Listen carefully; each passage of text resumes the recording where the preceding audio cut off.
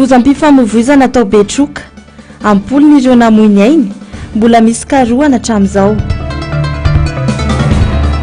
Teti-bolam-panjakana 524 mandeha anjambany ny fanjakana tsy mijery ny laharam-pahamehana. Tiako i Madagasikara rivony mamo alakamisy votovorona ampitatafika Itaosy no notsidian'ny filoha nasionaly androany. Manatitra ny araba tonga kilasy tongovavy tonga soa natao anatin'izao fotoana ny fampalalam-baovao izao ampanazana sy ampitiavana no anasako anao naraka ny antsipirim-baovao hatramin'ny farany. Manambahiny sampana fampalalam-baovao amin'ity alina ity dia ny solombavam-bahoaka Stanislas Lasy-Randrianarysova fity amin'ny boriboritany faharoa iresaka sy tondra fanazavana amintsika mahakasika ny hetsika fampelezan-kevitra ataon'ny kandida Ravalomanana Tojo etsy Ambohipora. Pitso-piarabanao tompoko. Miarabanao madame Anto ary miarabany zay mpanaraka malagasy rehetrarehetra mpanaraka ty vandarany ty miarabantsika mianakavy. Fotoan lehibe ho an'ny antoko tsika Madagasikara sy ny kandida Ravalomanana Tojo Rampitso député amin'izao fotoana izao nefa mandeha ireo karazana sakatsakana sabotage tsy navela ny ekipanareo amin'ny fampelezan-kevitra Rampitso anao ny installation inona ny azonao azavaina mahakasika an'izay sy ny zavatra misy eny an-toerana amin'izao fotoana izao. Ny zavatra aloha dia kivy be mampalahelo ny zavatra situation ta Madagasikara. Le firenena ve rangaha dia ohatr'izany foana. Za mihitsy mivananao hoe eny am-popono any mandray ny fampelezan-kevitra Mera Tojo. Za olona réglo manara-dalàna tsara. Za sy ny ekipako afa tamin'ny herinandro tamin'ny tapabolana dia efa niprepare an'io taminy. Nandalo tao Fokotany mihitsy izay. Président Fokotany tsy tratra tao fa mivesy ny tratra tao. Tio misy zavatra fangatahanay fa ny tena efa voatendry tao anatin'ny azo anaovana propagande amin'ny tena mibasika tao Fokotany. Azavana tsara makataka ny autorisation. Ok rozy izy fa tsisy problème. Nataony ny autorisation. Io za mbola tsisy olona naka mihitsy, mbola tsisy naka mihitsy sao dia mifanana. Mbola tsisy atreo. Nataony ilay izy. Ka ampitapitapika teo gagany satria rehefa vitany teo ilay izy mbola tsy mipetraka teo fa tily izy zao. Tiany président Fokotany, tiany préfet, vita ara-dalàna tompo. Efa tamin'ny tena efatr'andro meloa ty dia efa pare. Rehefa sehatry tena tonga farany tena hoe nahita an'ity any avy any an-daniny tena nitefa tamin'ny Facebook hoe misy teto faritany eto amin'ny boriboritany inona hono izy dia nataony asabotsika io ny eo am-popo ary nataony fanindry amin'ny herany. Samy ve dia rariny. Dia ny teny moa zany nanazava. Nalehibe teny hoe inona indray ary ty sabotage ataon'ny an-tany sy ny kilany ty fa ty ve tsy tena hita hoe laza amin'ny programa zay tianao anao mandahatra ny programa anasanao anao raha tiany olona dia vidiany olona fa manina no asiana an'izany satria tsapako lizy tena tsy mety satria dia nahita lizy moa satria efa nandefa fa mbaika zao alefaso amin'izay ny zavatra tsika ny straty sy ny zavatra rehetrarehetra hipetrahany sy kabarina sy ny tany misy sakana teo oka hony fa nahoany nihetsika ny orange dia tena taitra be aho dia lasa ny telefona monsieur le préfet. Monsieur le préfet ahoany tio atao tena fa misy zavatra sininao. Zay ny zavatra mahagaga tio zavatra fa tena tamin'ny telefona mihitsy zay mirahalahy mianaka no fampitona tio izy efa kay tsy nihitako izy fa efa nataony tany amin'ny ina moa teo tany amin'ny tany amin'ny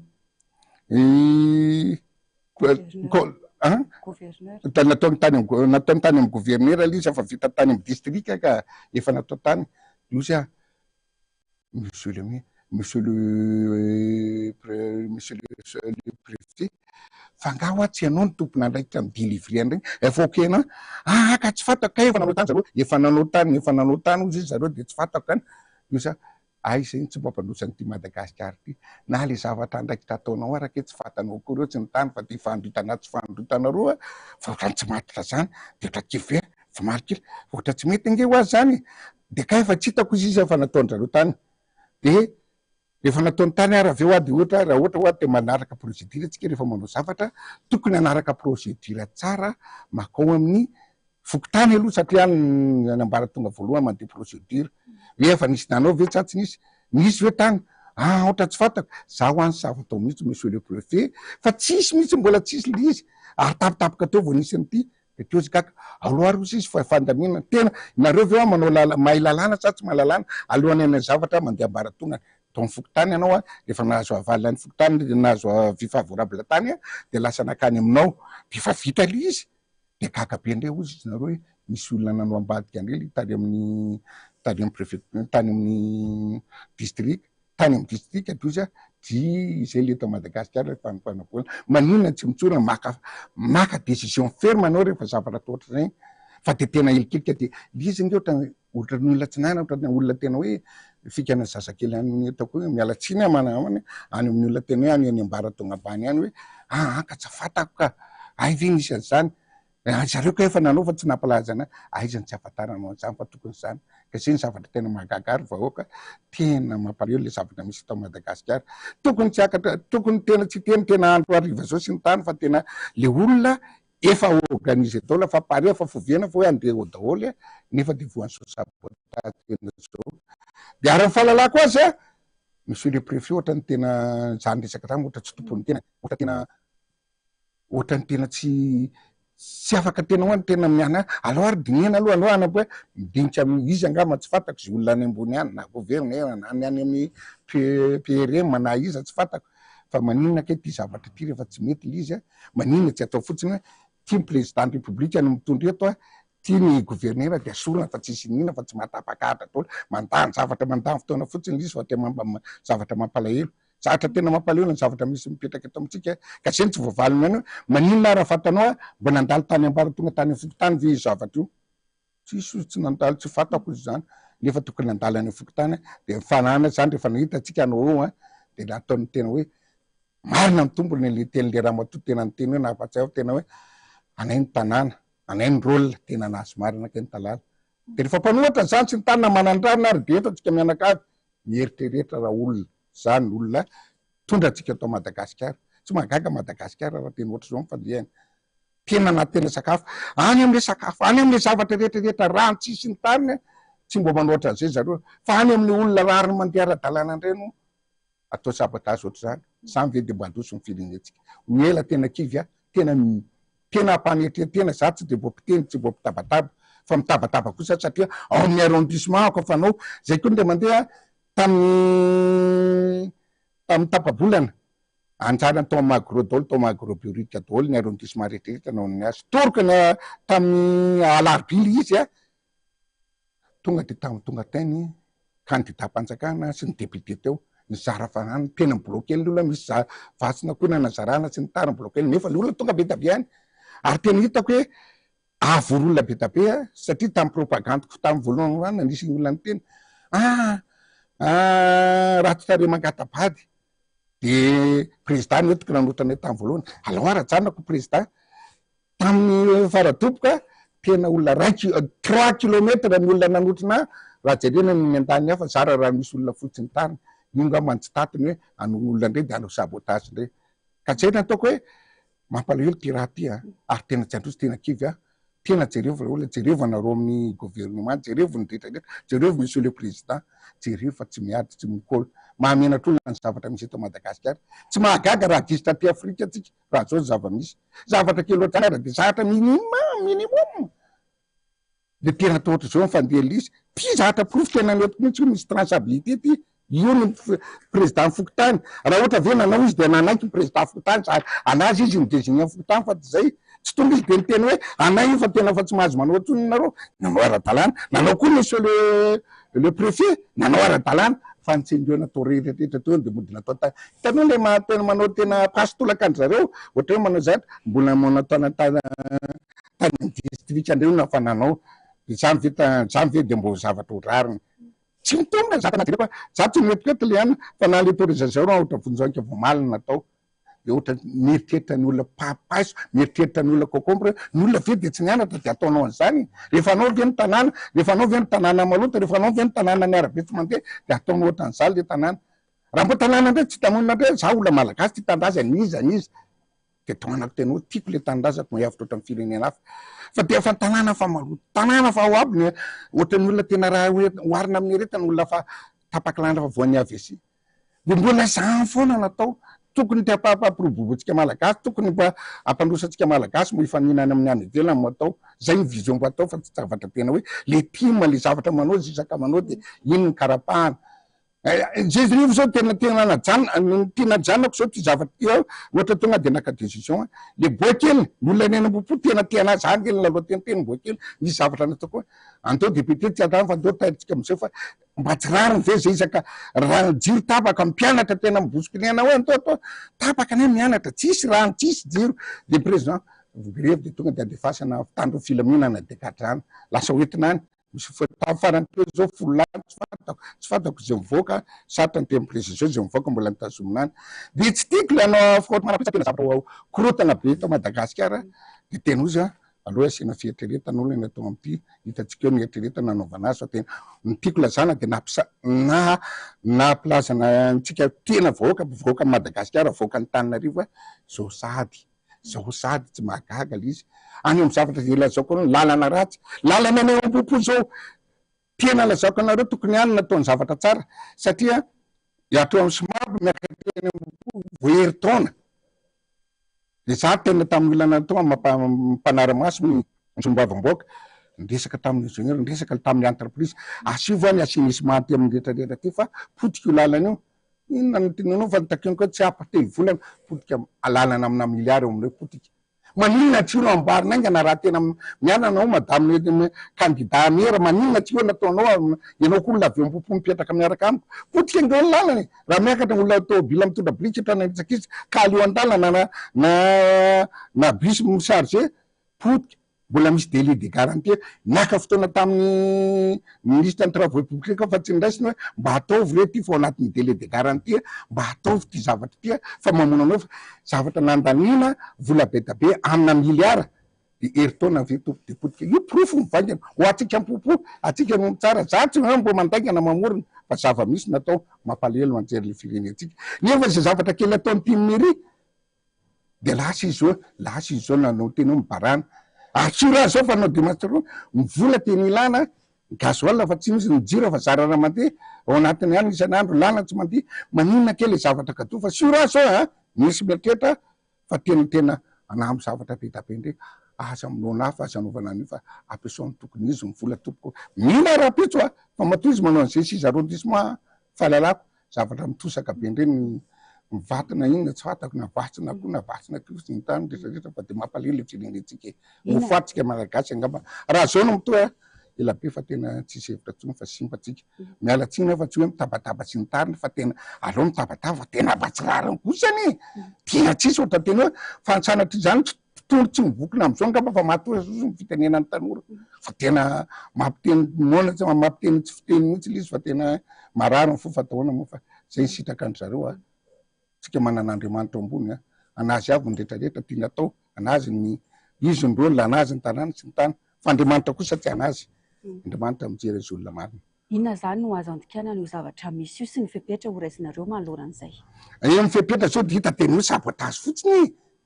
satria le am-popo tena zany ke tena nijereko misy candidat panjakany to misy candidat tamin'ny fifidianana députation ke za tena ambony be tena tokony anakaroa ara le izy na tena izy ao lalàna fa de efa nivana aloha izy hitany hoe mahazo lembelembe de io ndre fa tonga de ataondreo hoe andao ndre fa tena gafina le andehanany timo sy ny tariny hoe de sabotage le izy sy fahatahorana le izy sabotage fahatahorana plus sabotage de manino raha ohatra ka za zao ny amplasin'ny zareo tena le zavatra irera sy ny tariny samy tena mianatr'olona amaolombela marastany ana mianatra hoe inona ty mbola tabatabako fako ara tsy voafako za PDS to fako ara tsy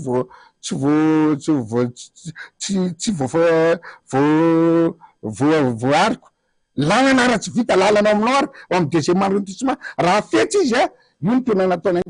mangala baraka azy lalana vo natao taona nandanina amina miliary fa raha za marina raha samy sevahoaka ara tena raha samy sevahoaka ary matoa izy mitena iny izy zany rôla zany rehetrarehetra efa nao zavatra tena tsy amrariny fahalalako azy efa misy zavatra atopisany amy zavatra tsy rariny io andresena bavana olo ka zay nataoko amle olona eny amy deuxième arrondissement eny loha ny zava-misy zao mba mieritrereta ray olona mbo mieritrereta jerevo no avy ny taranaka atsika jerevony zao fa de tena ianao ve de hososen'ny olona tsy atsiany olona aja nisaka amy mandeha zao grevy ianao de tena tsy avela mitaka ny zonao alefa ny fitandreo filaminana manao zavatra rehetrarehetra de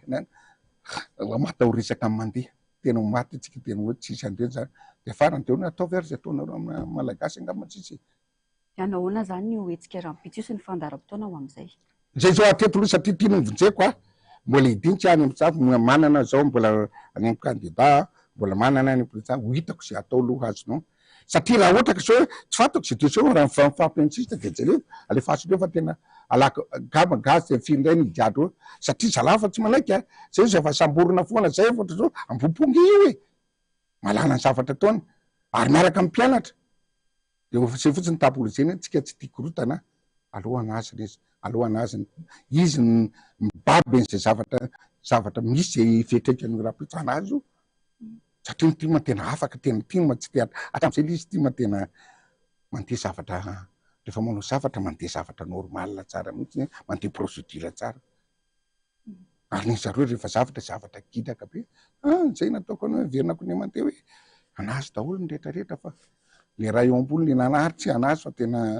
samy mivokany tsika olona samy manambady amazanaka samy te samy tsara mpitantarity amaranaysika monsieur le député manahoana ny fanentanana hoentinareo amatopony andraikitra volanareo amin'ny hetsika rahampitso izao izy mananatika rahampitsa ovanay angamba mety resaka anao mbola eritreretako hoe mbola ataoko le izy ny programme hoe atraty zao voidinika kely hoe inona nanaovantsika le izy satria foanana vela izy sa vela samy mifampitady eo sa vela any mbola dinihany hoentina ampahindreny izy tompoko hoe safaty inona mahasoa le firenena inona tsy anaovana hevitra jolahy fa tena hevitra tena mipetraka ary mipetrapetraka ary mahatimantima ary tena mipetrahany zay fijerena fahindreny tsy faiza mitondra présidentsika Ravalomanana zay ny any jereo ka notany andray aman-dreny hoe inona nataoko loha alohany anao zavatra satria za mbola zanaka mbola misy mpitondro mbola misy président mbola inona no tokony mendrika atao raha mpandeha lisy satria any miaraka any amin'ny dinika any olo izy fa raha taka ny heritreritra koa za tsy mivaky loha fa tairanga zay la hoe ny alohany am'zay fa tsy faotsika zany efa zavatra kireny nefa tsy afaka manao an'izay fa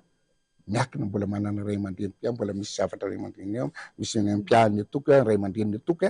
miakina amin'ny fahindreny rehetrarehetra alohaloha antaniko izy zay vo maminona fa zay nataoko hoe azakivinareo mbola azakivinareo fa aloha izy aloha anao hitatsika izy fa hitapoky izy nga trafikena mahery ty any ambava eritreretintsika vahoaka ny deuxième arrondissement fa zao ny atsintsay manjoisaka amin'ny mandeha profo mivangana io so ihany anisan'ny ty taratasy ty mailo itsika tsy miteniteo foana ary tsy miady aman'olona zany samy malagasy tsika samy tena tiampandrosan'ny ty tanindrazany fa jereo fa ngeny amin'ny firenena rehetrarehetra tsika mpandehandeha jereo amin'ny firenena rehetrarehetra fa ty tena ohatra tsy mampitovy lakana manjahatra le capitale ka zay nahatonga tena miady reny anosan'ny elemako anosan'ny merako satria hitako hoe avita azy raha olona tena mipetraka ao amin'ny vina sy ny tany rehetrarehetra meko rotaona Madagasikara efa midepaseny Afrika raha olona tena ary ohatra zay koa amin'ny fitondrany ty raha tena lalara-pahamena tompo de tena sakafo fambolena zezika tanytsika tena mamokatra azo atao varytanety azo varytanety tsisy vina an'izany fa zavatra hafa ny azo mamay za tsy hifaninika an'izany fa tena ny angaviko fotsiny baba aloha fampianarana ay vola fampianarana ve de sitomina ndray ataony mikaby lozy ty nefa za fa manoto teknika trandreo ny any Bemiranga mivona kely alefasy latsy Bemiranga sitomy tena pompe fotsiny misy olona aloha dabe sitomy anaovy tena stampopo azy dimy amin'ny enina sankaviazaka mandeha sitomy atao entin'ny électricité miparitakita Madagasikara tsy lantsika mandrakizay fa de tena mbola vitany vidy io angamana zona tsy haiko hoe mampalahelo hoe raha zava-misy eto Madagasikara raha ny tena mipetraka telo taona Madagasikara roa taona raha olona tena manao ny teny tena ray aman-dreny filoha tena manao ny tokony izy manao ny zavatra rehetrarehetra eto amintsika daholo ny zavatra tokony ampandrosoana Madagasikara ny opportunité inona tsy ampandrosa telo taona de sanganerany Afrika roa taona raha ohatra ka tena mahay mivady tonga de mamatsy any Afrika manontolo tena vity zany fa tena hoe tsy rediredy tsy manao revirevy nadala sy ny tany fa tena zavatra marina zany lazako zany fa de mampalahelo le firenetsika eo zay zavatra kirevy kely eo maninona anao raha mbola andevitra fotsiny zay ngefa nitety monsieur le préfet miditra am'sivy ary anay de ataonay amin'ny roambifolo izy amin'ny raiky ambifolo manao aretina d'engagement anay de asorony amin'ny ray mbo manao ndre zareo zay natao koa zavatra hafa tsy ekeny zany mbola tsy namaly eo izy fa mbola miresaka any zay nataoko monsieur le préfet tsy tompony tena fa tsy zy olona rehetrarehetra io tsy tompo fa misy oatra patron be eo aloha ry tsy azatsy tenao izany izy de afa kely izy vao mamaly anao fa mbola raisina ndraikitra niary tokony tsy adraisany zany eto amitsika tantandalana zay anatin'ny article lana tokony tanteranao tsy meran'izany anao exécuteur tsy sametsiny anao fa le fatahorana zay olona mahazo place zeny tsy mampandrosa matahatra sode de zeny tsy mampandrosa atsika de maty ale firenentsika tsy avitin'iny zavatra raiky anakelatra amy zavatra kelatra koa amonao koa raha ngamba de fa raha nany ahoana sode tsy mety farany tsy avita zao tsy avitatsika zavatra eny are mankasitraka fiainanao mitondra zay fanazavany zay eny tompoko de misaotra indrindra de misaotra anareo amy misaotra atsika vaoaka mialatsiny fa tena voantsy tena voany tena hoe ino moa fitenenana hoe akoho novonaona de fa maky no entana ngama voantsindrandro tsy voanina moa tiako tena ohatrany tena tsy mahatina fa tena sorena loatra de ohatry mibreka kely fa laky fa tena mandreraka le situation misy eto Madagasikara tsy mahagaga ny tanoratsika raha mitsoka daholo mitady lana fa tena mampalahelo hoe zao ny zava-misy zao de zay na afatra ataokany any amy deuxième manontondra aloha jerentsika hiteo nataony raha pitsy zany ina no zarany eo mety vary amataona ohatra ngamba sady zavatra betsaka io no hitanana mbatabazanareo aza mety vidin'olona re nizaniza na izy na izaniza aza mety vidin'olona amin'ny ty fividiana sy propagande ty fa ny fototrafitra ny programme lasa no arao de vidio izy fa tena vola arina fotsiny vola tsy sasarana de rehefa toetsy tena tambazana ohatra sanatry zany farany ngama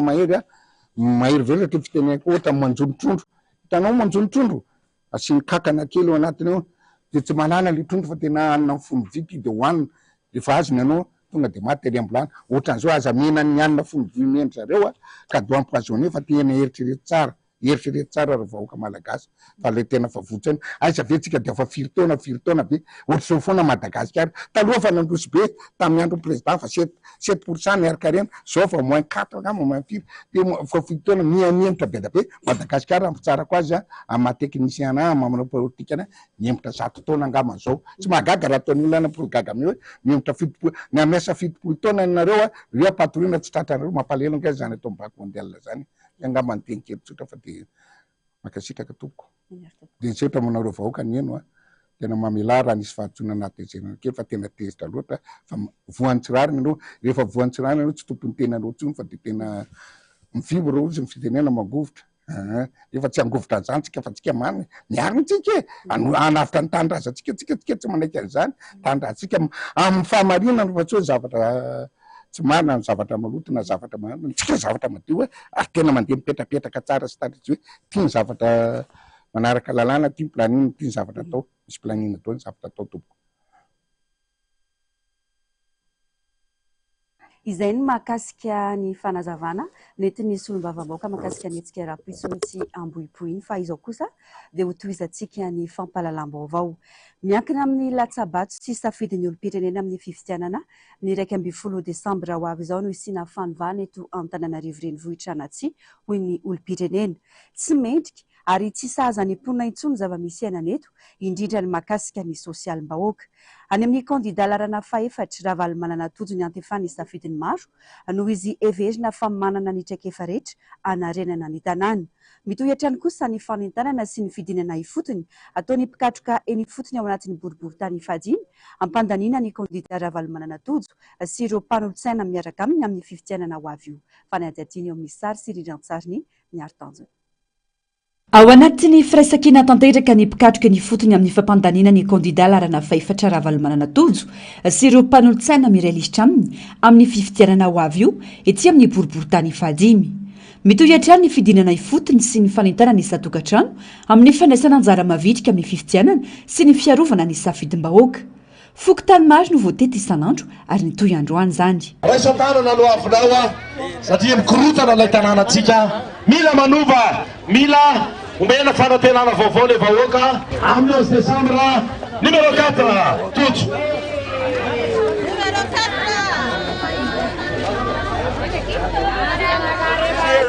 Ana,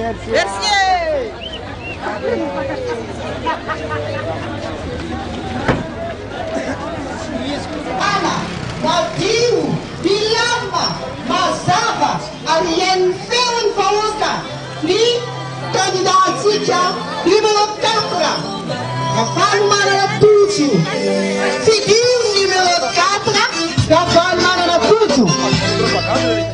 Voici que le capitaine Mami, en Canada.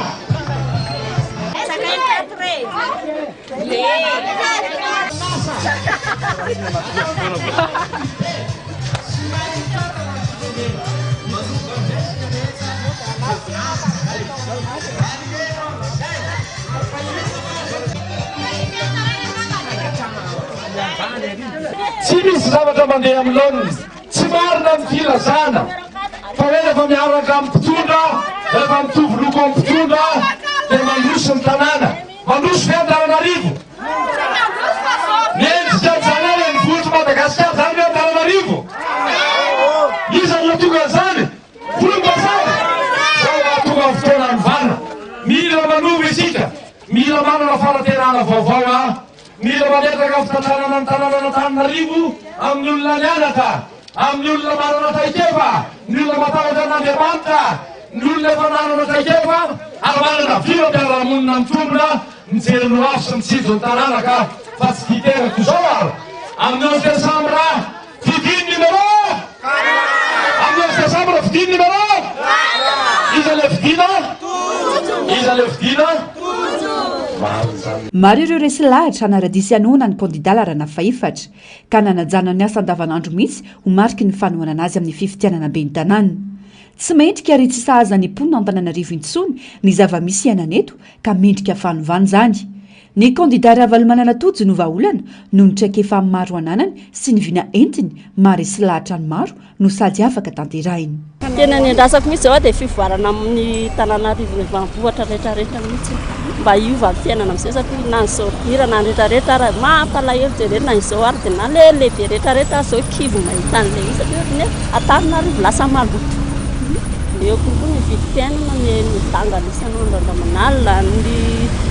mpangalatra sy ny karazana moa sisa fa tsy haintsony na eny anelakelan-trano na eny an-dalambe na ninona mampanendaka misito mahery ao anatin'izay daholo. Eny moa ny foto-davitra sy raha mahita fa tsy zarizary raha ohatra ianao zany mandeha mivoaka ka tratry ny orana eny dia miandry ny rano hiaina aloha vao afaka mipita raha ohatra ka tratra ny fandehana tongotra. Ny fanantenana zany dia araka le efa nilazain'ny Selemera eny hoe hovaina amin'ny fiainana rehetrarehetra zany hatsaraina amin'ny fiainana resaka asa, resaka sosial fa diovana koa anaty amin'ny alalan'ny fifidianana amin'ny 11 desambra rehefa tsy tonga hoe izy moa ny anatanteraka an'izany raha ohatra tsy tonga ny olona mba hitokisanao sy voarahanao ka manantsika dia raha tsika tiako numéro 4 alohanay tonga dia mifidy hoe ty zany tsy atahorana intsony hoe angalatra ny volam-bahoaka na anao risoriso any anaty asa mandrara. Ohatranay mantsy zao tonga voahoma zay zao le manasa lamban'olona zao ny asako dia eo ampamasana lamba nahita an'ity dia lasa nandefa navelako aloha le lamba fa lasa nanaraka ny an'ity. Inona no maharesy lahatra anao hoe andeha hanaraka an'izay ary? Fitondrana tamin'ny Tata Ravalomanana tsara noho ny izay no mahatonga anahy amin'ny vidim-piainana zany tsy mitovy mihitsy betsaka no rasanay aminazy aloha inona voatra fiovana mba manome asany tsy manana izy ohatr'izay mba betsaka no misy hoe fanampiana fa za aloha zao tsy nanao an'ilay izy mihitsy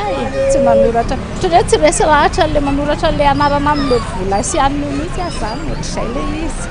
Ito mandeha ampitiavana mantsy zany mila na tsisy vola zany dia mandeha ampitiavana ao ianao zay sitako fonao ianao. Fanarenana n'Antananarivo renivohitra amin'izao endriny izao fanovana ny zava-misy ainan'ny mponina ary hitondra fanantenana ho an'ny maro anisa tanjona ary laharam-pamena ho an'ny kandida Ravalomananatojo. Tsy misy hoavahana fa ho jerena avokoa ny sehatra rehetra mahakasika ny fiainam-bahoaka ao anatin'ireo viana entiny miaraka amin'ireo mpanolotsaina miaraka aminy ampandrosoana ny tanàna. Vaovao manodidina ny fifidianana izay ihany alakamisy vondovorona ampita tafika Itaosy santonana tamin'ireo komina notsidin'ny Front National ny Tiako Madagasikara Ravalomanana Marc Androany nampafantarina ireo kandidatima sy ny vinanasan'izy ireo. Laharam-pameana ho an'Arivo Mamo faritra itasy manokana ohatra ny fanatsarana ny sehatry fambolena satria tanjona avokoa ny mpona ao an-toerana. Zava-dehibe ihany koa ny fanatsarana ny vokatra izay tafiditra anatin'ny vina ny kandida ao Arivon'ny Mamo. Sitraka Ratovina Mitso, Mathieu Prince. Tonga nanohana sy nampafantatra ireo kandida hirotsaka ho ben'ny tanànan'Arivon'ny Mamo androany ny Front National ny antoko Tiako Madagasikara izay notrony vahoaka maro tamin'izany ihany koa ny nilazana ny laharam-pahamehana ho an'ireo tantsaha. Zao raha te hanovany fiainany voaka malagasy isika ianareo anatiny dia tsy maintsy miara-miezaka tsika fanampy. Nareo malala zava-misy mahazo an'izao anareo ty zany zavatra hitako natonga hoe ndreto anareo malahelo anareo mihitsy ny fa zao ho tonga le fotoana faraika ambin'ny folo volana Desambra dia izy vidinina Iala numéro 6 azareo zany Iala zany vidina ty Iala anankiray misy akisany ralary eny misy akisany dia ty ndray Ambohitrambo Tovo zay numéro 3 Tovo Ambohitrambo ianao koa zany tsy manana le frehitra kely zany zany fa napanaovana dosy leva aiza ateny be di izy nanao Raliva numéro 2 mbola tsisy kio manaraka pasteur tena pasteur le mivavaka nary mamony zay tsodrano mahita tsara hoe tena manana fahendreny reo olondreo manana maizy azy reo kandida reo dia tsodrano zava-mahery marina tokoa zany fa atao zay azo atao mba hampantany tsy manampy tsy afaka anampy anareo raha tsy miezaka anareo manao azy dia anjara anareo manao izay ananazy fa dia tsara tsodrano zay narasanao tsara tsodrano reo lany. Fotoana lorana sy ny tafan'ny ben'ny tanànan'ny komina Arivon'ny Mamo Iala Ramanambohatra laharana fahaenina tamin'ireo vahoaka androany. Sitraka indrindra président amin'ny fanohanana rehetrarehetra makasitraka anao amin'ny fitiavanao ny vahoaka an'Arivon'ny Mamo ary tsy voandroany ianao ny ty anay fa efatra amin'izay ianao nefa ty anay makasitraka fantatra ny fahasahirananao amin'ny fahampandaniana ny ben'ny tanànantsika ao Antananarivo satria miainga ao Antananarivo daholo ny lafiny ara-politika eto Madagasikara dia mirary soa koa zay ho an'ny Ravalomanana mba ho lany soamatsara izy ao Antananarivo satria zava-dehibe ho an'ny firenena ny fanolanian'ny ben'ny tanàna tiako Madagasikara ao amin'izany renivohitry ny firenena izany dia ho antsika rehetrarehetra manentana antsika rehetrarehetra ny tenako mba hiantso ny havana sy ny fianakaviana rehetrarehetra izay mifidy any Antananarivo mba hampandany an'izany kandida Ravalomanana izany ao Antananarivo. Ho antsika eto Arivon'ny Mamo koa dia miantso antsika rehetrarehetra moa zany hifidin'ny kandida izay natolotry président rehetrarehetra manerana ny distrika ny tenako. Makasitraka tompoko lahy mankatelina indrindra tompoko vavy. Rehefa avy ny tafa sy ny resaka tamin'ireo vahoaka an'Arivon'ny Mamo kosa ny Front National ny antoko Tim dia tonga nanentana ary ny tafa indray tamin'ny vahoaka alakamisy mivodovorona izay misy ny kandida Rasolon'Irina Mendrika laharana fahatelo nanentana ny olona hifidy indrindra ny laharana fahatelo.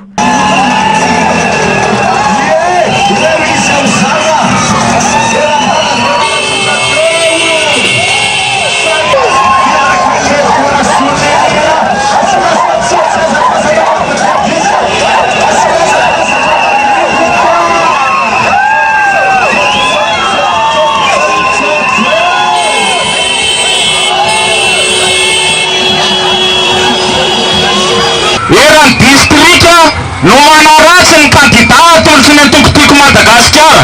fa ho valiana ihany soa ireny fanaratsiana tena rehana ireny aza mantaratra fa mino fotsiny any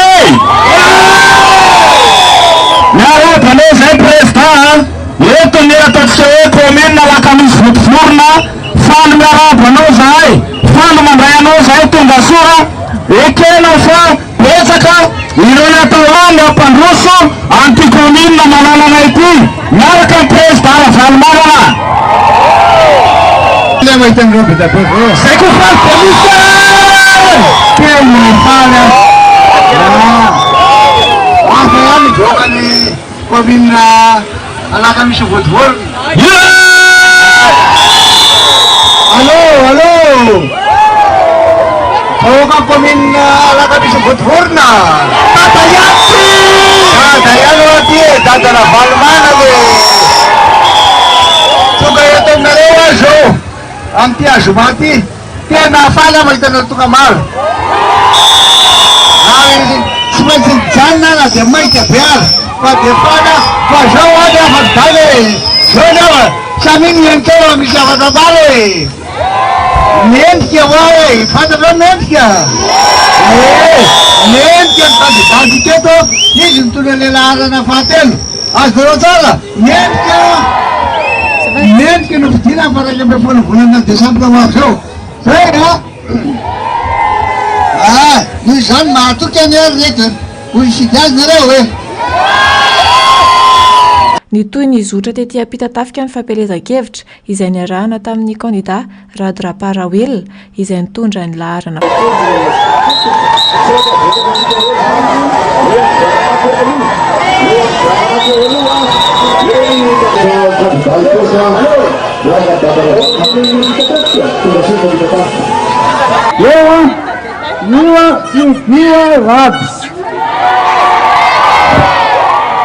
mitondra laharana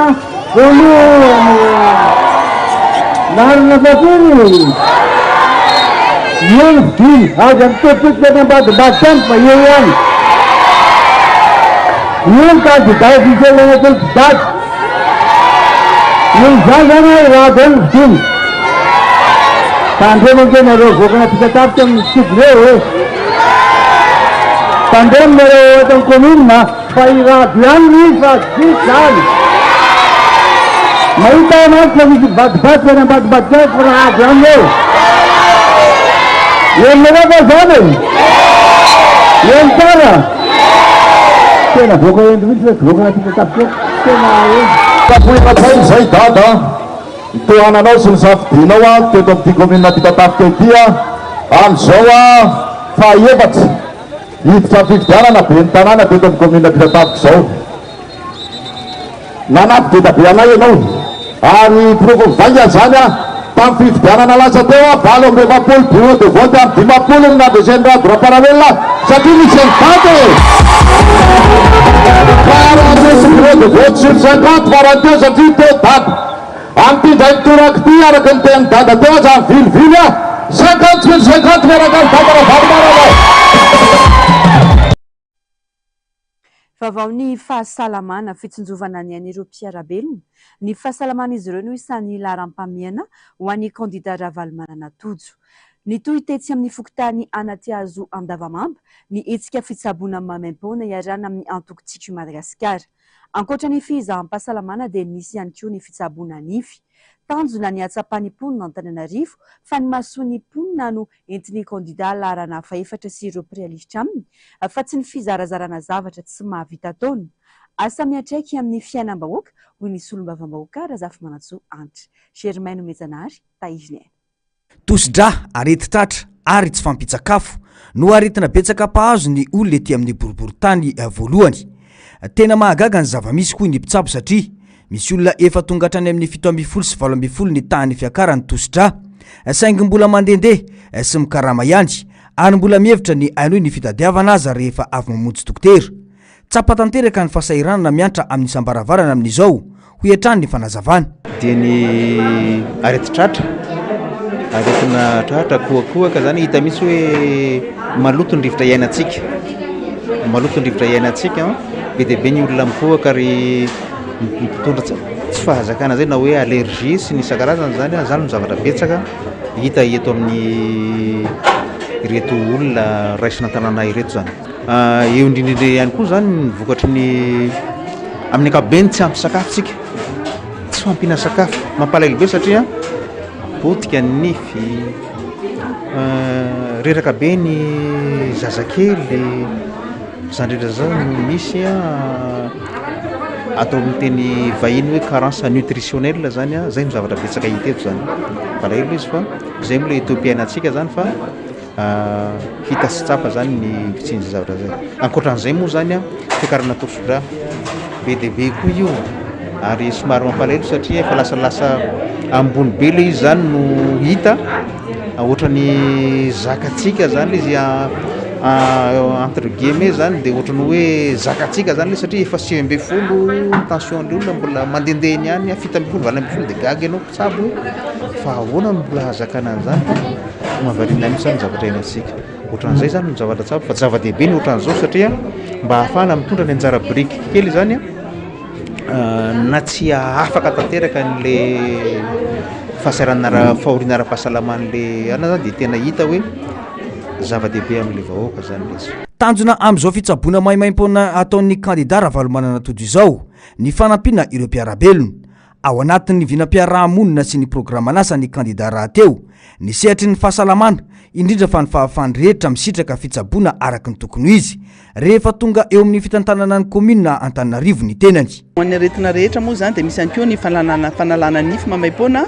miaraka amin'ny fanafody zay mifanandrify amin'izany aretina sy aretinify sy ny aretina zay hoan'ny olona mitsabo-tena eto zay zany ny antony dia izao hoe ny olona nandritra ny fotoana maro tsy navita intsony mandeha mankany amin'ny dokotera mitsabo-tena no ny alafony sara-pitsaboana na dia ataontsika raha hoe na 10,000 na 2 alina na 3,000 tsy manana an'izany vola zany intsony ny olona eo andaniny ihany koa ny fanafody zay takina rehefa avy eo amin'ny ordonnance rehefa avy mitsabo-tena dia anisany anankiray ihany koa zany olana angezabe sedrain'ireo olona reo ny ihany koa ny raha tsy misy dia fotoana anankiray zao mba hanampianan'ireo olona reo ary hitondrana anjara biriky satria anjara biriky ngeza be zao fitsaboana ny maran'ny olona zao ny fahasalaman'ny olona zavatra maharitra mety hamonjy aina ihany koa ary tena mamonjy aina satria rehefa tara ny fahatongavana any amin'ny hôpitaly na any amin'ny dokotera rehefa tsy misy ny fanafody hoanina ihany koa dia mety manaraka hatramin'ny aina mihitsy zany zavatra any raha ny fanafody zay hitantsika dia misy tena lafo vidy mihitsy ny fanafody tsy zavatra tsotsotra hoe paracetamol inona fa tena fanafody mendrika mihitsy zany ary tena sahazan'ny olona ihany koa indrindra fa ireo izay tsy afaka mandeha mividy sy manao an'izany manazany fahafahana zany ny fanalana nify koa toraka izany ihany koa ny fanalana nify anankiray fotsiny zany rehefa antanindra olona reo dia hoe farafahakeliny 2 alina na 2 alina na 10,000 sy 2 alina misy olona manala nify hatramin'ny 2, 3, 4 indray miaraka koa raha arakaraky ny dokotera ihany koa moa izany hoe raha afaka isorina daholo dia raha atao zany ny kajikajy hoe raha manala nify anankiray izy dia 10,000 sy 2 alina na 2 alina raha nify anankiroa na 3 na 4 hatrany amin'ny 10 alina 9 alina vola no vola tsy maintsy olaniny raha makany amin'ny dentiste zany tsy sanatry ny vava concurrence déloyale fa tena fanampianan'le vahoaka tena ao anatin'ny fahasairanana tokoa zao zavatra zao nanamafy ny solombavam-bahoaka Antra Razafy Manantsoa fa tsy andalo fotsiny izao itsika izao ao anatin'ny campagne aloha zany dia mampiseho ina moa zany ataontsika hoe fahavononana ary ataontsika hoe bonne foi ny candidat ao anatiny zao tavitra anatin'ny programanasa ny fanatsarana sy fampitaovana an'ireny CSP2 izay miankina amin'ny commune ireny satria CSP2 dia anjaran'ny commune ohatra ny EPP ihany koa zany anjaran-draikitry ny commune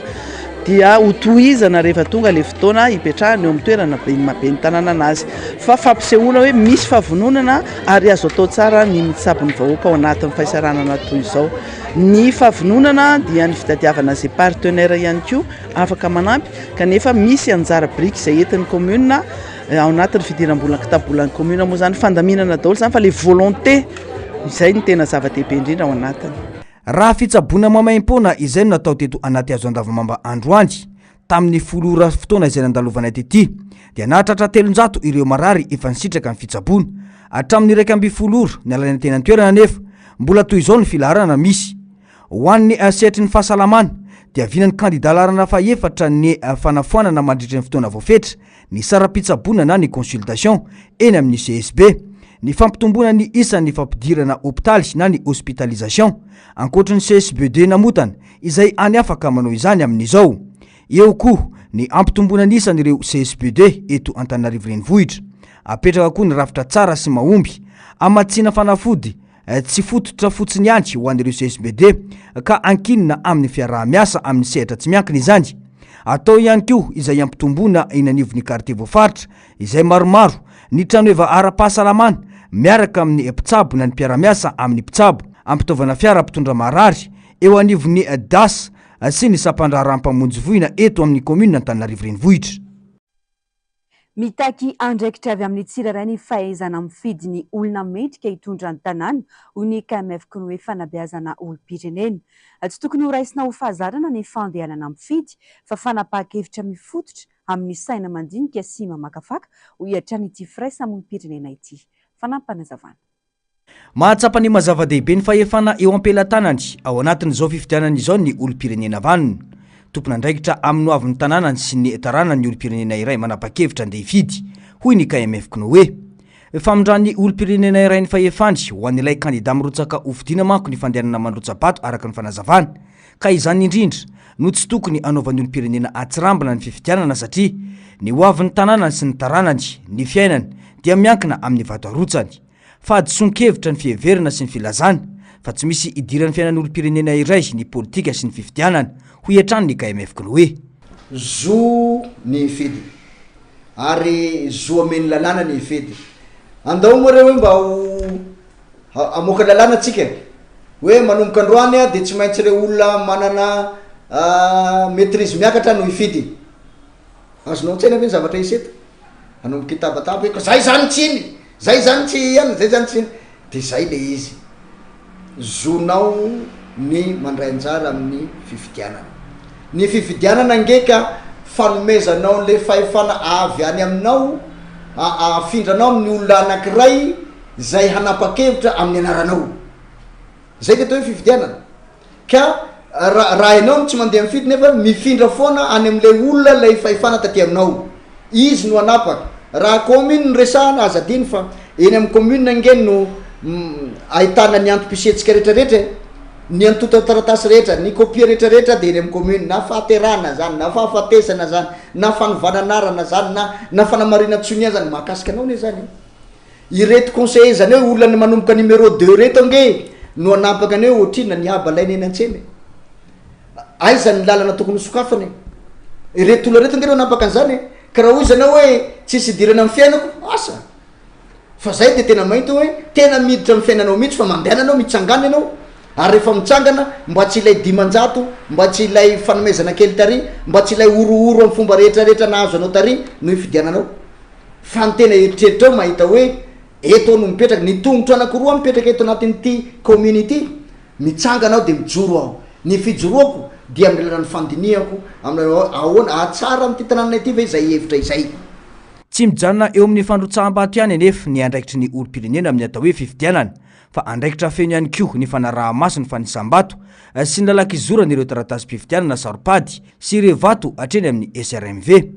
Izany fandraisana andraikitra izany no isan'ny vahaolana nafefy amin'ny alabato amin'ilay fifidianana natao ho iatran'ny KMF hoe misy menomenona mihitsy aty aminay Knoe mba tena mba tenenareo fa zay nge piroro ny candidat zao tsy vao mainka raha tsara fantatra mampiroro anao izy aza fidina izy aza mbola tsy lany zany fa mampiroro anao vao mainka izy lany fa ny mahagaga zany ampirorony le olona de mifidy azy ino tsy azoko de hoy zao olom-pirenena mitsangana le tsy mitsangana teneniko eto mandinia tsara de jereviny karaha-pifidiananao de mandehana mifidy ary rehefa vita ny fifidianana tongava ihany koa mba anatrika ny fanisam-bato dia raha kaikin'ilay SRMV ny toerana misy an'ilay bureau anao mandehana mihitsy manaritra an'le izy ho hitanao hoe io izy fampelantanan'le mpitsara fa raha vao tsy izay zany dia aza mba mamorona tsao re tsika zany tsy nandrainjana amin'ny fifidianana nefa mahita hoe na io nge fa alabato hoe ino kainao raha tsy nitsanga. Fotoana ahafan'ireo kandida mandresy lahatra ny mpifidy ampandany azy amin'ny fifidianana ny fampelezan-kevitra, fotoana izarana ny vinam-piarahamonina sy ny fandaharana asany. Azo tanteraina amin'ny endriny maro ny fampelezan-kevitra toy ny famorim-bahoaka, ny oronan-tsariny na oronan-peo isan-karazany amin'ny ainy vaky-jery, ny peta-dindrina ihany koa mba ahazahoany ireo olom-pirenena vanona sy vonona mamakafaka tsara mialohan'ny fifidianana ny kandida izay heveriny amindrana ny fahefana izay ananany hitondra ny tanàna misy azy ho iatran'ny fanamafisana. Lafim-baovao hafa kosa indray tsy misy fijerena ny tena laharam-pameana ho an'ny vahoaka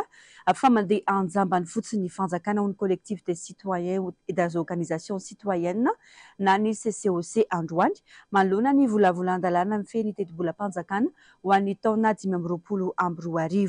Maro ireo teboka ilana fanatsarana sy fandiniana ireo solombavam-bahoaka sy ireo olona mahakasika ny teti-bolam-panjakana 2024 hoy ny CCOC izay mametra-panontaniana amin'ny mangarara sy taberina andraikitra momba ny fampiasam-bola eto Madagasikara. Fanadihadiana.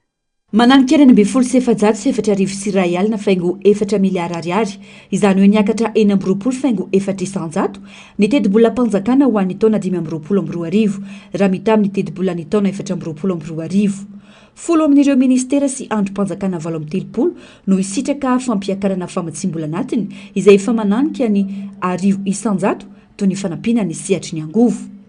Tafakatra hatramin'ny 7,705 faingo 3 miliara ariary kosa ny fampiasam-bola ivelany na ny investissement externe izany hoe mihoatra ny 5,0 faingo 200 ny fanampiana ary mahery ny 7,20 faingo 400 ny findramam-bola raha ny famakafakana momba ny PLFI natao ny firaisamon'ny pirenena. Ambany dia ambany ary lavitra be ny vola ilaina ampandehanana ny sehatry ny sosialy raha ny teti-bola amin'izao fotoana izao. Na enan'ny fanjakana ny teti-bola natokana ho an'ny fanabezam-pirenena izay latsaky ny 2 faingo 500, ny fampianarana ambony latsaky ny 3 faingo 700, ny fahasalamana latsaky ny 4 faingo 200 ary ny fanofanana arak'asa latsaky ny 7 faingo 200 ho an'ny taona ho avy. Etsakilana nefa natao laharam-pameana ny sehatra hafa toy ny asa vaventy izay efa mananika ny 13,0 faingo 100 ny fiakarana mita amin'ny teti-bola 7,22 izany hoe mahatratra 3,700 faingo 4 miliara ariary ny vola ampiasaina amin'izany. Eo ihany koa ny angovo sy ny akoranafo izay efa mihoatra ny 1,100 ny fiakarana mita amin'ny LFR 7,22 ka manodidina ny 7,700 faingo 4 miliara ariary ny vola natokana ho amin'izany. Raha atao ny kajy efa mananika ny 7,100 ny vola famatsiana anatin'ny fanjakana no natokana ho an'ny sehatra roa ireo fotsiny izay manome 3,0 sy 4 miliara ariary. Nampiakarina ihany koa nampahany teti-bola natokana ho an'ny fambolena sy fiompiana. Mitaky avy hevitra goavana io teti-bola io hoy ny fanazavana. Maro ireo asa iverina ho tsy laharam-pameana kanefa andaniam-bola betsaka. Rehefa hoe naheno ny budget amin'ny ministera amin'ny ankapobeny, anisan'izay moa zany ny ministera aty amin'ny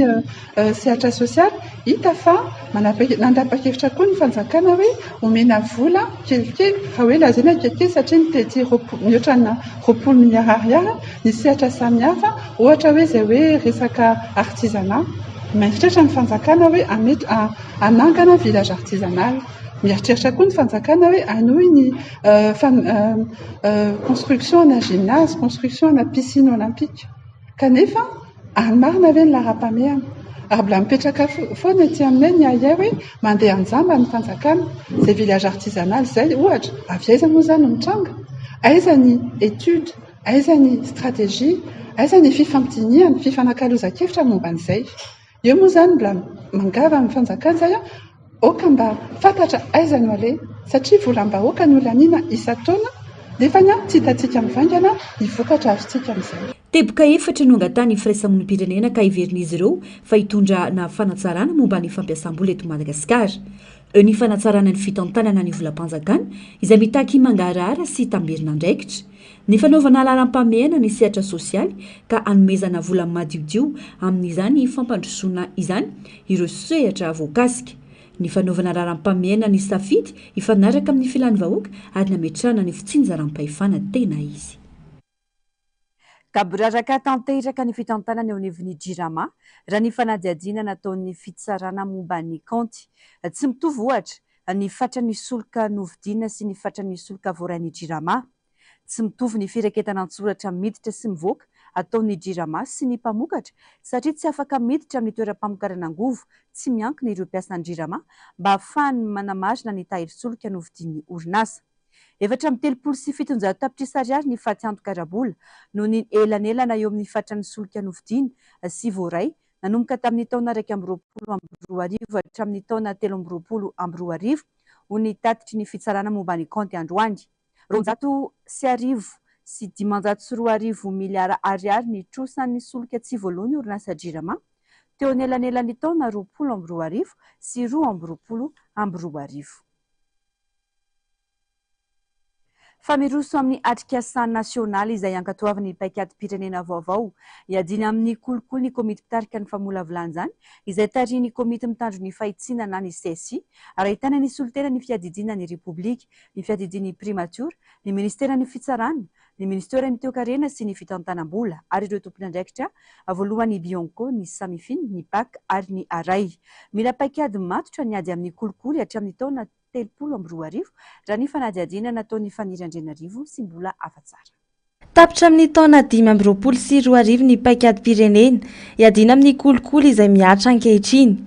Natomboka ny famolavolana ny paikady-pirenena vaovao. Nandritra ny fivoriany voalohany, ny komity mpitarika ny famolavolana dia nanapakaraky ny tondrozotra iraisam-pirenena ireo dingana 3 arahina izay niompana tamin'ny tombana sy jeritodika ny paikady-pirenena iadina amin'ny kolokolo 2020 sy 2020, 2020 sy 2020 izay nitanterahana nandritra ny volana Mey, Jona sy Jolay 2020 sy 2020. Taorian'izay dia nanatanteraka ny fankankevim-paritra isam-paritra sy atrikasa isan-dohan-kevitra manokana nijerena ireo hetsika izay ho apetraka ho laharam-pahamehana izay natao nandritra ny volana Aogositra, Septambra ary Oktobra 2020 sy 2020. Na dia nisy azany tsy tomombana toy ny hoe taraiky ny fametrahana ireo sampandrara misahana ny ady amin'ny kolokolo amin'ireo faritra maro eto Madagasikara toy ny Fianarantsoa dia tsy azo ikoropahana ny ady amin'ny kolokolo. Mitaky paikady matotra raha te hiady amin'ity fahalovana ity. Rana fiovana indrindra eo amin'ny sehatra ny fampandrosoana ny toekarena satria fantatrareo anaty kolokolo no anisan'ny sakana izay ataontsika vahaolana vatsakana moa vahaolana hoentina manatsara fianikarena atao firenentsika. Nampafantarina ireo tompon'andraikitra tany amin'ny faritra enina manerana ny Madagasikara ny vokatry ny fitetezam-paritra izay nataon'izy ireo nandritra ny hetsika maro efa nitanterahina. Raha tambatra dia mahery ny arivo ireo nandray anjara tamin'ny famolavolana ny paikady-pirenena iadina amin'ny kolokolo. Mpisehatra 520 sy 300 eo no niatrika ny atrikasa isam-paritra no karakaraina tany amin'ireo faritany enina teo aloha ary 570 sy 500 hafa kosa nandray anjara tamin'ny atrikasa isan-dohan-kevitra nafahana nandrafitra tolo-kevitra sy namaritana ireo laharam-pahamehana. Ireo rehetra ireo no niampy ny mpisehatra avy amin'ny fanjakana sy tsy miankina ary koa ireo mpiara-miombonantoka ara-teknika sy ara-bola ny fampidinika nafahana nanao jeritodika ny paikady teo aloha. Ity moa izany araka ny fantatrareo moa nisy an'ilay fitsidihana tany amin'ny faritra anankienina izay nataontsika tamin'ny volana Aogositra ary tamin'ny Septambra teo nanaontsika atrikasa 20 mikasika lohahevitra samihafa 20 ka androany izany dia niezaka mantsy ny nanoratra sy ny naka ny sosokevitra rehetrarehetra amolavola projet na paikady-pirenena vaovao izany izy ka natsona daholo izany na ny avy tany amin'ny faritra na ireo izay nanatrika ny atrikasa ara-teknika dia natsona daholy androany satria atolotra anazy hoe izao izany ny fomba fijery ahoana fahitanareo azy raha ireto izany no apetraka ao anatin'ny paikady-pirenena vaovao. Iverenantsika kely ny vaovaon'ny fifidianana ny totany Atsimondrano, ny fitsidiana sy ny fanolorana ireo kandida irotsakovidiana ho ben'ny tanàna izay niarahana tamin'ny Front National ny Antokontsika Madagasikara sy ny solombavambahoaka voafidy tao an-toerana. Komina maro no voatsidika nandritra izany sitraka ratovina Mitsoa, Mathieu Princy. Rehefa avy nitsidika toerana maro dia nanao laharam-pahamehana ny komina ato amin'ny distrikana Atsimondrano izay niarahana tamin'ny solombavambahoaka ao an-toerana Vangarary Manarivo sy ny Front National ny Antokotim Ravalomana marika androany nitafa sy nilaza ny toromarika ary nanao ny fampelezan-kevitra ho amin'ny fifidianana ka tamin'izany nandraisan'ireo kandida fitenenana araka ny toerana ilatsahan'izy ireo avy. Nanomboka teto Anibava atokana izay misy ny kandida Bina Andriamanalonarivo laharana 4, ny teo Itosy niaraka tamin'ny kandida Rova Andrianjaka laharana 2, ny rotsaka ho ben'ny tanàna. ny azo anandranona ohatra izay misy ny kandida Ajanirina Rahasamson laharana faharoa, ny Tetoambohidrapeto izay misy ny kandida Miary Andriatsilavo laharana fahaefatra, nandalovany ihany koa ny tao Akadimanga izay misy ny kandida laharana faharoa Razafinanja Rabefanandrona,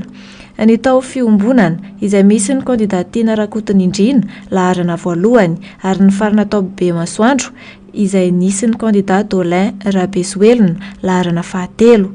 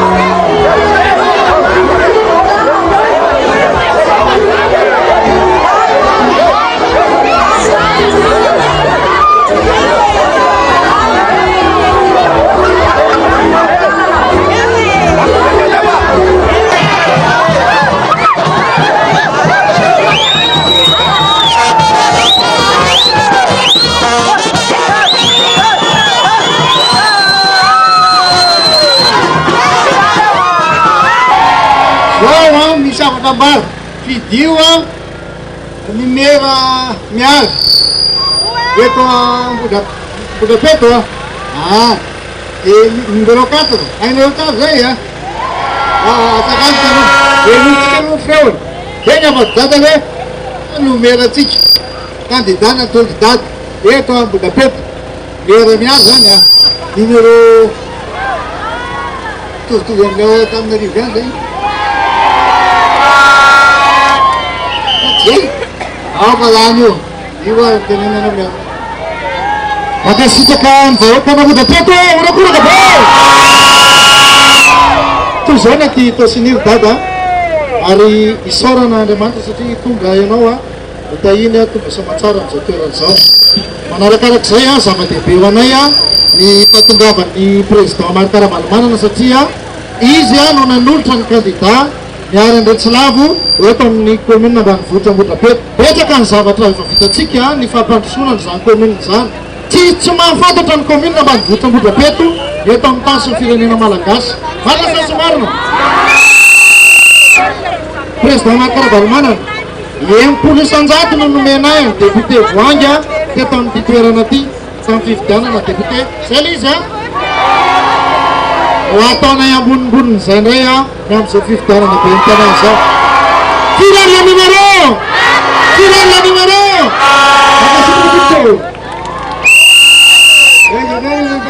Na outra! Agora não, você cantando. Ada na outra. Eu. Gandaya, outra na outra. Aí na outra, de microfone. Kena mana página frente no título. Kena mais bem. Deixou ele não nem feu ele não. Nem feu. Ali volontaire dia Amin'Andriamanitra lehibe tsika ty andro ty. Makasitraka ihany koa ny président Ravalomanana tonga tamin'ny fokotany akasabatra commune nandranona ohatra. Dia makasitraka président 9 ny isan'ny bureau de vote hitandranona ohatra. Ta fifidiana député zany 100% président. Nanesay 100% fifidianana député noho izany mety ho 150% saka man'ny fifidianana be ny tanàna. Amin'ny 11 décembre dia tonga mampifitsika raha zava-bitetsika teronana ohatra be da be ary tetsika zavatra tao na fahasalamana zany na fanabeazana na fanatanjahantena sy ny maro lalana ny lalankely otrikatsika zany azy zany indrindra fanamboarana ny commune Andranona ohatra 11 décembre 1 plus 1 égale 2. Dia makasitraka atsika tompoka tonga mifidy daholo entany namana fianakaviana hifidy amin'ny 11 décembre ary farany arovantsika ny safiditsika marina-pahatongan'iny any amin'ny district Makasih dari Tuklai, makasih dari Tukbabe. Derewa, is data kandidat kiro, is chef do, de director de campagne rami si pasanan na de wang. Ano was de show, sa minera mencha, kami siya ang nabalang dati, si Diwa Bina, ang parang bulan na Desember wap show. Ay bina no kandidat oficial na dadati. Asra na jani. Bina UM ni gabe turin. Ay.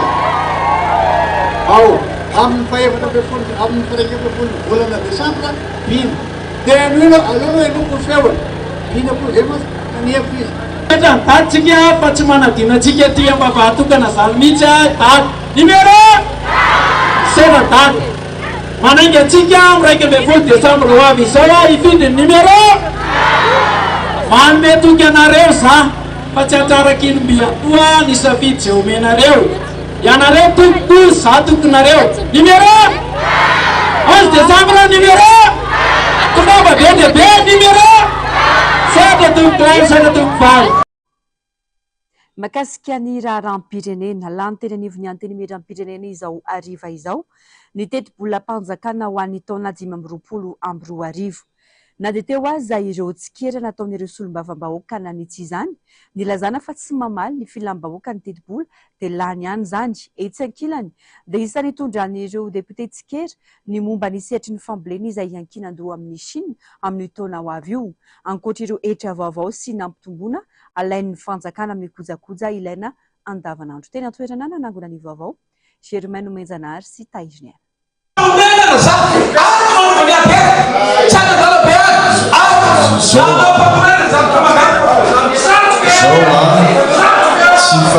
Nafana ny adievitra teto amin'ny lapan'ny demokrasia Tsimbazaza raha lalàna feny anteny miram-pirenena mantsy dia voalaza fa aoriny tatitra ho an'ny asambomera dia miroso amin'ny adievitra ny solombavam-bahoaka noferan'ireo solombavam-bahoaka mpanohan'ny fitondrana nefa ny isan'ireo député afaka mandray fitenenana ka nahatonga ny fandroritana sy ny famalina teo amin'ireo samy solombavam-bahoaka izany taorin'izay dia nitondra fanazavana momba ny teti-bola 2024 ny ministry ny fitantanam-bola tsongana manokana amin'izany fanovana izany ny mikasika ny etralaina amin'ny fandefasana vola amin'ny alalan'ny finday raha aotra faingo 500 amin'ny totalim-bola ifandefasana no napetraka teo aloha dia ny fanarahana tamin'ireo mpandraraha hoe atao 500 amin'ny chiffre d'affaires zany hoe amin'ny frais de commission no ho alaina amin'ireo mpandraraha nahitsy ny solombavam-bahoaka avy amin'ny fanoherana ny laza sy nanamafy fa tsy mamaly ny filan'ny malagasy ity teti-bola ity na dia eo aza ny fampiakarana teti-bola ho an'ny sehatry ny fambolena sy ny angovo reto ray aman-drenitsika mpisotsorono reto madame ny privé napiakatra nampiakariny zareo zany ny vola fisolombolono zany fa isika fanjakana koa ve hapiakatra mba ty koa horenin'ireo ray aman-drenitsika manerana Madagasikara hapiakatra ve tsika fanjakana sa tsy hapiakatra fa zaho tsy dia mahay loatra tsy hitako ao anatin'ny loi de finance izy ireo mpanjara amin'ny resaka mobile zany fa lialainay tompo dia zao so dia to hapiakariny zareo opérateur mobile les frais ka eto madama dia amevitoky zahay tsy hoe mandeha ny telo volana mandeha ny 5 volana tonga dia miakatra tampo io frais io tahaka ny hoe misy rahalahy izay ny teny hoe milliardaire crédit milliardaire tsy miova io fa milliardaire foana fa zavatra atao zareo a miamahi le izy ao ny resaka zay sy DG tamala ohatrany tsy ao izy zany fa misy entana andavanandro be dia be ato anatin'ity boky ity zay iainany vahoaka misy nareo taxe ohatra amin'izany ny resaka savony ohatsy tsotra mihitsy ne nampiakarinareo en page tonga de jereko le izy page 87 satria tenareo tsy misy jereo fa page 87 zavatra tsisy taxe io taloha lasa misy taxe le savony ordinaire zay ampiasainy malagasy rehetra malagasy madiniky ka ny fangatanay raha mato minista de aleo asolona reny zavatra zay ampiasainy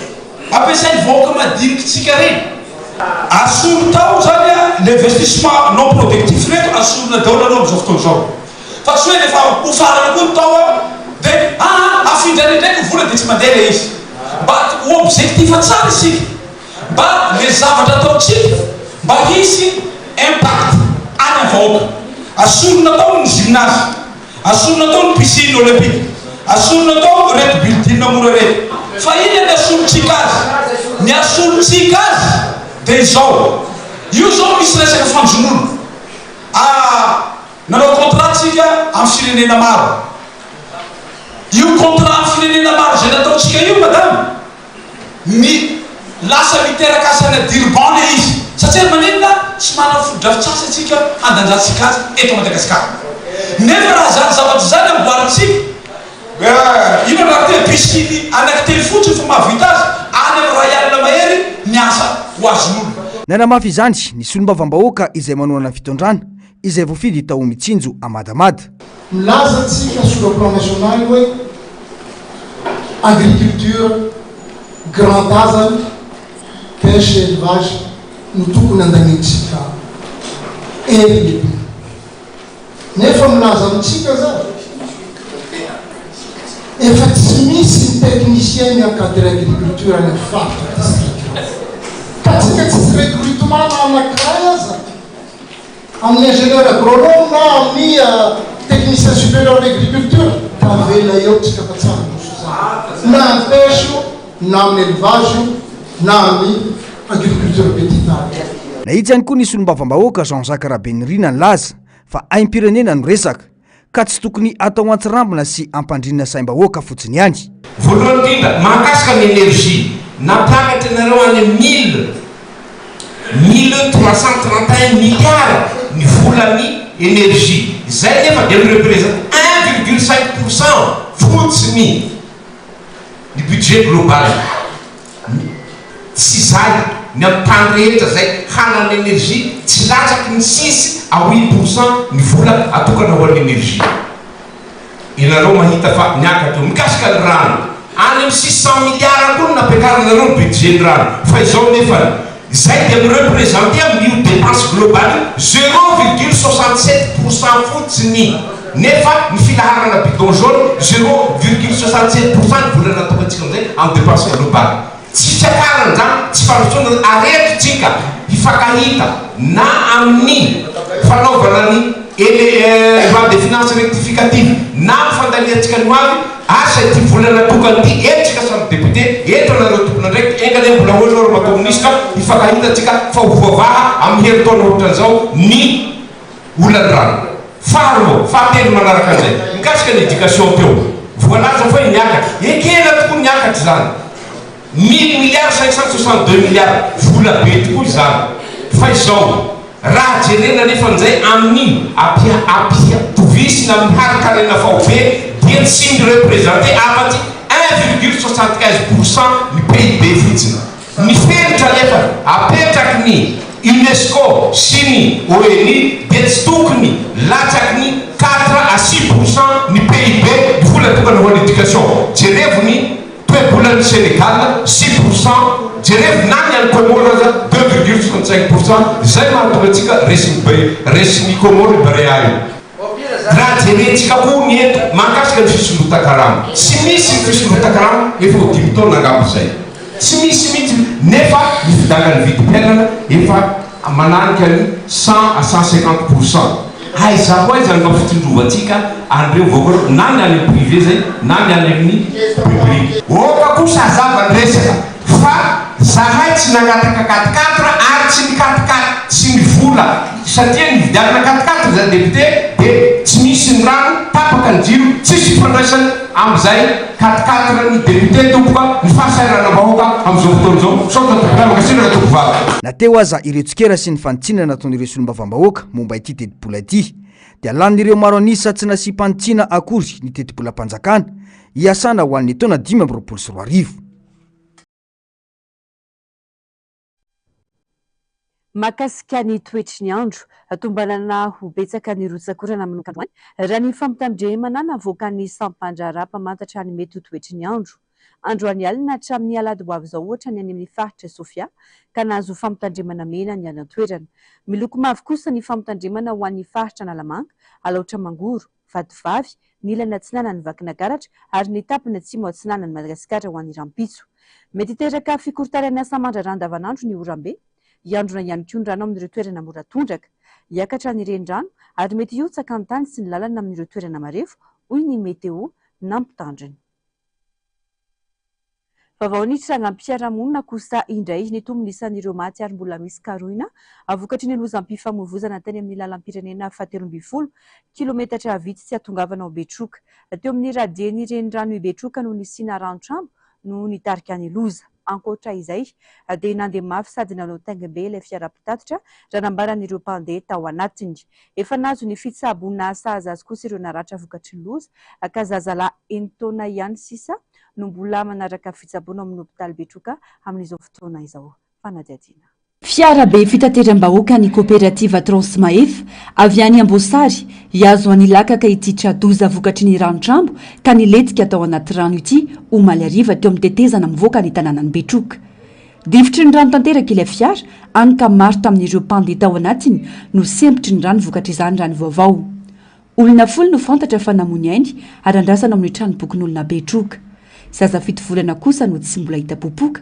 ary zazalahy 9 taona sisa manaraka fitsaboana rehefa nahazo fitsaboana sahazy avy kosa ireo 7 naratra fandehanana mafy miampy fitondrana olona mihoatra no nitarika loza raha ny fanazavana ireo mpandeha tao anatiny Bon tapaka ny daboany teo avao koa izy ity zao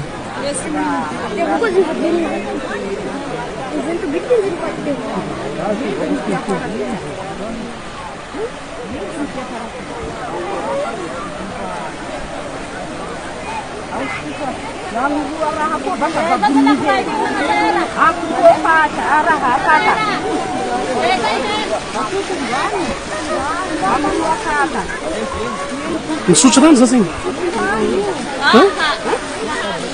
sepotry za zegny sepotry rano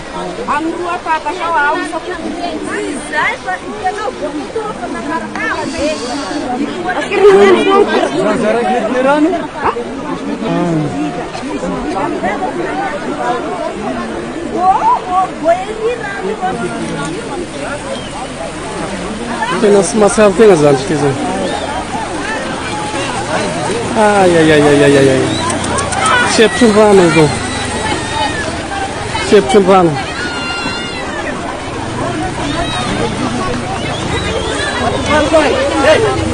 nahita zany fa lefa nivalika avao satria agnaty ao zahay agnaty erao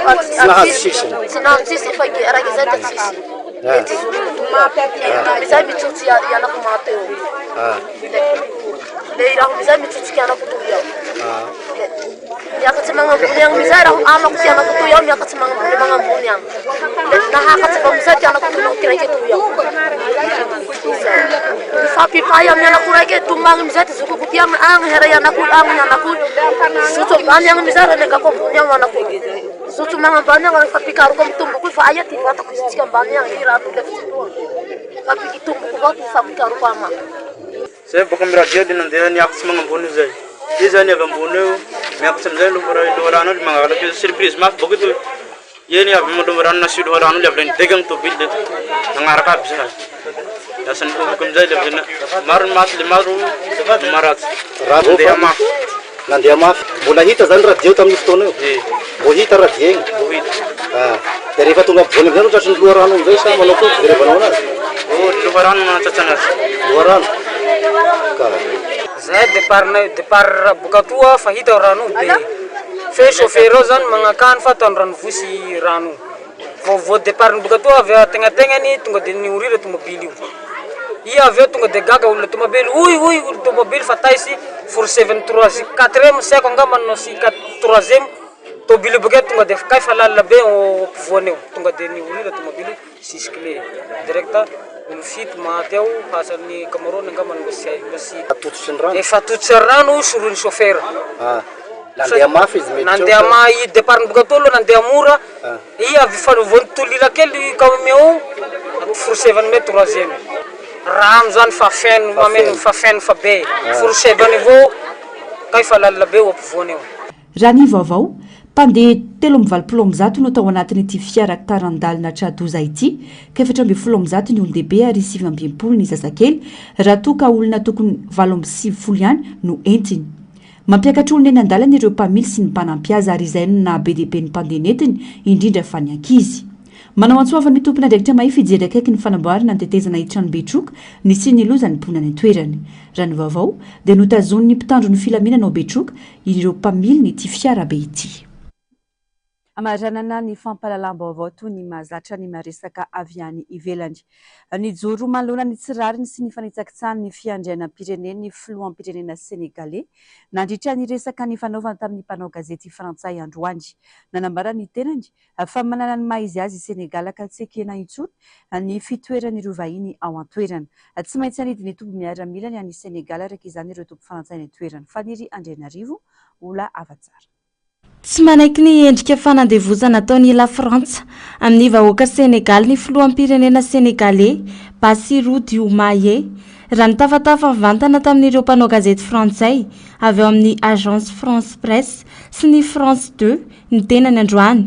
nanambara ny filoha Diomaye fa firenena mahaleo-teny Senegal ary manana ny fiandrianany sy ny mahaizy azy tsy mifanaraka amin'ny fiandrianam-pirenena arak'izany ny fisian'ireo toby miaramila vahiny toy an'ny la Frantsa ao an-toerana ho iatrany ity filoham-pirenena ity efa nanandevy la Frantsa hatr'izay ho iatrany ity filoham-pirenena ity ka tsy ekena velively ny mbola hijanonany ao an-toerana amin'izao fotoana izao noho izany tsy maintsy anidy ny toby miaramila ao Senegal ny Frantsa raha nambara ny filoha Senegalais hatrany raha ifamadika ny toerana tsy anaiky velively ny hitobiana tafika vahiny ao amin'ny mihitsy la Frantsa toy ny hoe tafika avy amin'ny Senegal na Russia na koa i Chine hoy ihany ny filoha Diomaye entitra dia entitra ny filoha Senegal nalaza nandritra ny valan-dresaka fa ho tanterahana avy hatrany izao fanapahan-kevitra izao Atrony fiarana tonkilasy tongivavy mankasitraka anao nanaraka ny vaovao hatramin'ny farany ny fandarana sahilasao no arahina voatrany aorian'izao vaovao izao ny sampana fampahalalam-baovao kosa manome fotoananao amin'ny rampiso amin'ny ora mahazatra veloma tompoko